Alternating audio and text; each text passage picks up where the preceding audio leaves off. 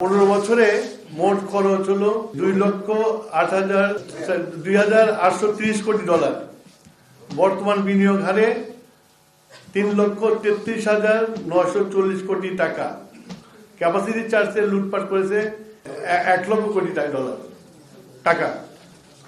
শুধু ক্যাপাসিটি চার্জে চলে গেছে। ক্যাপাসিটি চার্জের হিসাব 2008 থেকে 9, 2023 থেকে 24 ক্যাপাসিটি চার্জ পরিমাণ আপনারা গ্রাফটা দেখতে পারেন কিভাবে উপরে উঠে গেছে। 2008-9 হয়েছে 1,507 কোটি টাকা। 2011-12 হয়েছে 5,000 কোটি টাকা। 18-19 হয়েছে 8,900 কোটি টাকা। 22-23 হয়েছে 17,155 কোটি টাকা। তার অর্থ হলো যে এই যে প্রাইভেট সেক্টরে যে পাওয়ারগুলো দিয়েছে সেই পাওয়ারগুলো চলে নাই এবং তারা এই টাকাগুলো তাদেরকে পেমেন্ট করেছে। এটা হলো আমাদের দেশের মানুষের কাছ থেকে জাস্ট লুট করে নিয়ে গেছে আর কি। এবং এদের এইসব পাওয়ার প্ল্যান্টগুলোর বেশিরভাগ মেশিন খারাপ, কিন্তু খারাপ মেশিন এনে টাকা কামাই করে চলে গেছে, যা দিয়ে আরো পাওয়ার স্টেশন করা যায়। আর এই লুটপাটের অংশ কারা কারা ছিল? ক্যাপাসিটি চার্জের শীর্ষ 5টি কোম্পানি। সামিট নিয়েছে 10,623 কোটি টাকা। অ্যাগ্রো ইন্টারন্যাশনাল নিয়েছে 7,932 কোটি টাকা।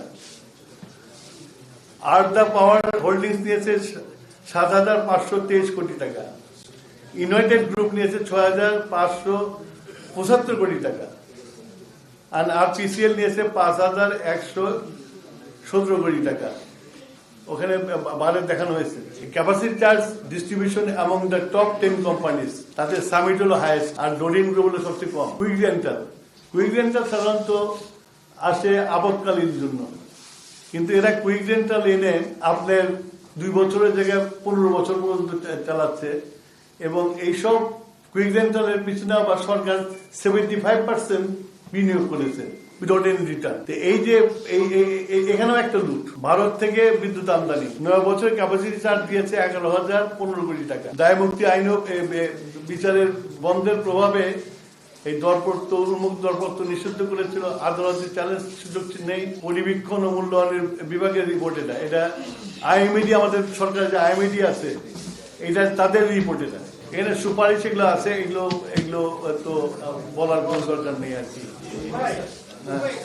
আপনি তো এই মন্ত্রণালয়টা চালিয়েছেন, আপনার অভিজ্ঞতা আছে।